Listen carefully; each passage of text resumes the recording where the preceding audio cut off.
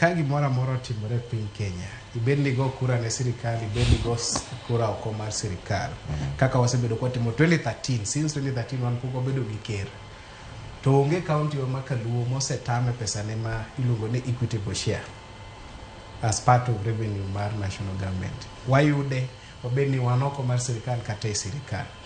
Koro level number 1 manyaka counties penjre to MCAs penjre ni en formula mane mwatiyogo mondo wapogne wards pesa. Koso ng'ato dhi bedo abeda kona moro to wacho ni ajoka julugi gigo ga kokainya we wamegi million 30.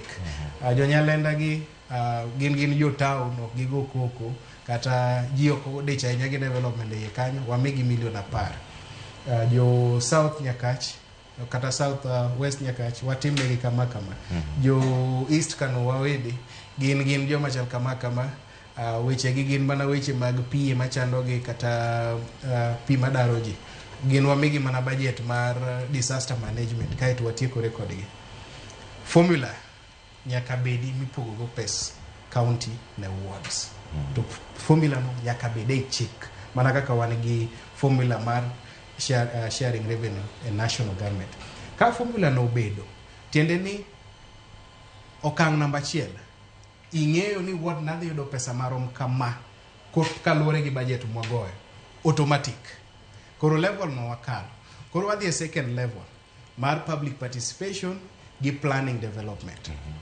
Kama Seth temo wacho ni public participation pod ok timre piny Kaluo kaka onego bed ni timore. E higa mar 2019 nyaka 2021 wan kaka vijana ma Kisumu County ne wapuonjo joma noluongo ni budget champions gi public participation champions maromo 70 awards. Ne wakao apar award ka award mondo ging'e ni public participation tiende nango to ging'e ni enango gango mitimo ni public participation mopogore gi annual development plans, mopogore gi county fiscal strategy paper, mopogore gi CIPRO, gik machal kamago. Ginango gango mochopo e kiwango mar public participation mondo dhi otimne gi public participation.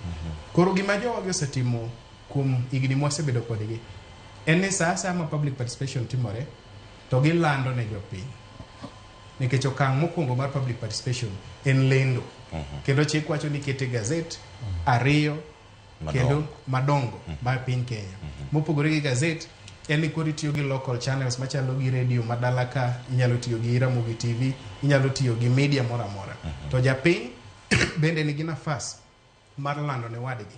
Mana kaka chief lande baraza to jodongo wuogi wachno dhige kor gwenge. Jowagi osebedo ka keyo wach mar public participation. Then mopogore gi keyo wach mar public participation, gin giwegi gichopo e public participation. Seche ma sirikal oluongo public participation, japiny nyaka chopi mondo wach duwachi. Ni wanto ok wadwanu los nwa ndara. Wadwanu kuongo kunynwa pi. Kata pi mano kunyo higa mokalo cha. Wang' ni koro wadwano gerne kiosk adek kochiko direction makama, oketne pump kochiko school makama, wadwa standing pipe kama mondo jowa obed ka tuome pi. Ka public participation osekalo gimoro mokete a plan mar county mar development, annual development plan, kato bed mana CIDP seche miloso the county integrated development plan. Wachno chalo wach Nyasaye, wach japiny chalo wach Nyasaye. Kosedonjo e plan mar county, onge ng'ato mach kendo chak dhi bede kona moro ni gole kata tere kama chielo. Kwa wacho no dwaro pi e sikul mar Obuolo Primary School, tikunye Obuolo Primary School. Koro gimedhi ng'ini Geo Fiscal Survey kata technical experts wacho ni ere location monyalo bedo within the school. Kopogore gi mano, gole en atia. Koro technical team mar department ok nyal dhi golo projects wa mwaketo kaka japiny. MCA ma osebedo makosa ma MCA team. MCA ntiere kamoro manchie nogone kura. To seng'eyo ni ward ne nigi budget mar million 10 e higani. Tinano kodhi okawo pesa ni, odwa ni en owuon kaka jatelo moyier.